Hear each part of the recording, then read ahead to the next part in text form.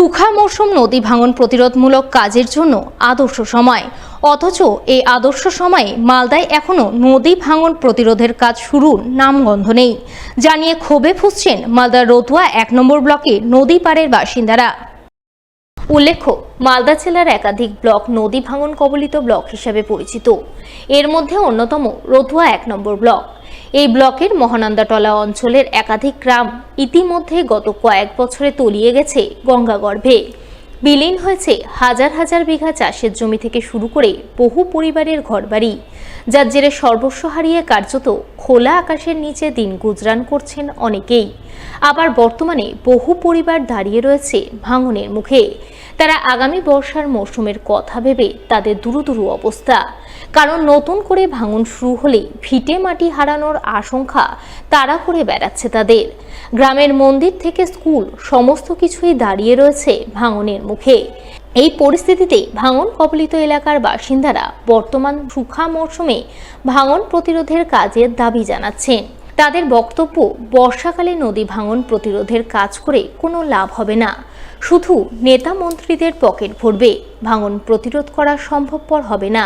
তাই ভাঙন প্রতিরোধ করতে হলে এই শুখা মরশুমে কাজ শুরুর উদ্যোগ গ্রহণ করতে হবে সরকারকে।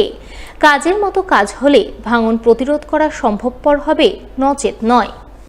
অবস্থা শোচনীয়, একদম কান্তটোলা পুরোটা শেষ হয়ে গেছে। শ্রীকান্তটোলা মোটামুটি শেষের উপরে আছে, কিছুটা আছে, 2-4-10 ঘর বাস সব কেটে পড়ে গেছে। এখন কি কাজ হচ্ছে না? এখন কোনো কাজ হয় না। আচ্ছা, এখন কি কাজের সময় ছিল? কাজের সময় তো ছিল অনেকদিন, মোটামুটি 2 বছর থেকে আমরা আশা করে আছি যে কাজ হবে কাজ হবে কাজ হবে, কিন্তু কোনো কাজ হয় না। কাজ করার সময় বর্তমানে ছিল, কিন্তু কোনো সরকার, না কেন্দ্রীয় সরকার না রাজ্য সরকার, কেউ তো কাজ করবে না। তা আমরা কার কাছে আবেদন জানাবো? আবেদন জানিয়েও কোনো লাভ হচ্ছে না। কত মিডিয়া আসলো, কত সাংবাদিক আসলো, কত কি ছবি তৈরি হয়ে চলে গেল। এমএলএ, এমপি, ডিএম, বিডিও সবাই আসলো, সবাই পরিস্থিতি দেখলো। গত 2011 থেকে মোটামুটি 15-16 কিলোমিটার গঙ্গা পশ্চিমে ছিল, এটা চলে আসলো এখানে কেটে। শুক্রবার 21শে মার্চ বিশ্ব ডাউন সিনড্রোম দিবস পালিত হলো মালদায়। মালদা জেলা স্বাস্থ্য দপ্তরের উদ্যোগে এদিন এই দিবস পালন করা হয় মালদা মেডিকেল কলেজ হাসপাতালে। এই উপলক্ষে এদিন ডিস্ট্রিক্ট আর্লি ইন্টারভেনশন সেন্টারে এই অনুষ্ঠান আয়োজন করা হয়। উপস্থিত ছিলেন মালদা মেডিকেল কলেজের অধ্যক্ষ ডক্টর পার্থপ্রতিম মুখোপাধ্যায়, সহকারী অধ্যক্ষ ডক্টর প্রসেনজিৎ বর সহ অন্যান্যরা। তারা সকলে মিলে ডাউন সিনড্রোম রোগে আক্রান্ত শিশু ও তাদের পরিবারবর্গকে নিয়ে এক সচেতনতামূলক অনুষ্ঠান করেন। সেই অনুষ্ঠানে ডাউন সিনড্রোম কি, ডাউন সিনড্রোমে আক্রান্তদের শারীরিক ও মানসিক বিকাশের জন্য কি কি করণীয় ইত্যাদি নানান বিষয়ে সচেতন করেন।